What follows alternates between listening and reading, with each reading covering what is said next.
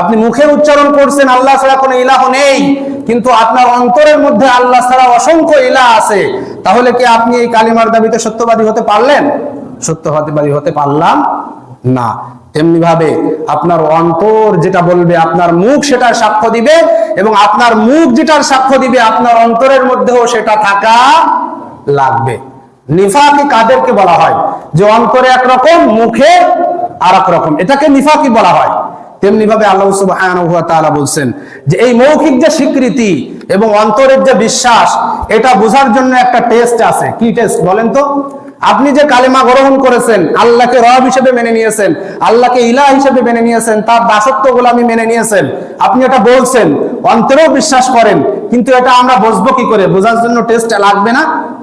লাগবে, আছে। কি টেস্ট বলেন তো? যখন আপনি অন্তরের মধ্যে এই কালেমার বিশ্বাসটাকে ধারণ করবেন, মুখে স্বীকৃতি দেবেন, আপনার আমলের মাধ্যমে সেটা আমরা দেখতে পারবো। আপনার আমল বলে দিবে। আপনি যখন নামাজে আসবেন তখন আমরা বুঝতে পারবো যে আপনি কালেমার দাবিতে সত্যবাদী। আপনি যখন তাগুতকে প্রত্যাখ্যান করবেন তখন আমরা বুঝতে পারবো আপনি কালেমার দাবিতে সত্যবাদী।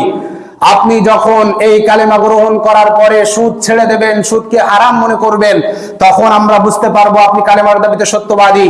এই কালেমা গ্রহণ করার পরে আপনি যখন নেশা জাতীয় দ্রব্য আল্লাহ যা হারাম করেছেন সব কিছু আপনি প্রত্যাখ্যান করবেন, তখন আমরা বলতে পারবো যে আপনি কালেমার দাবিতে সত্যবাদী।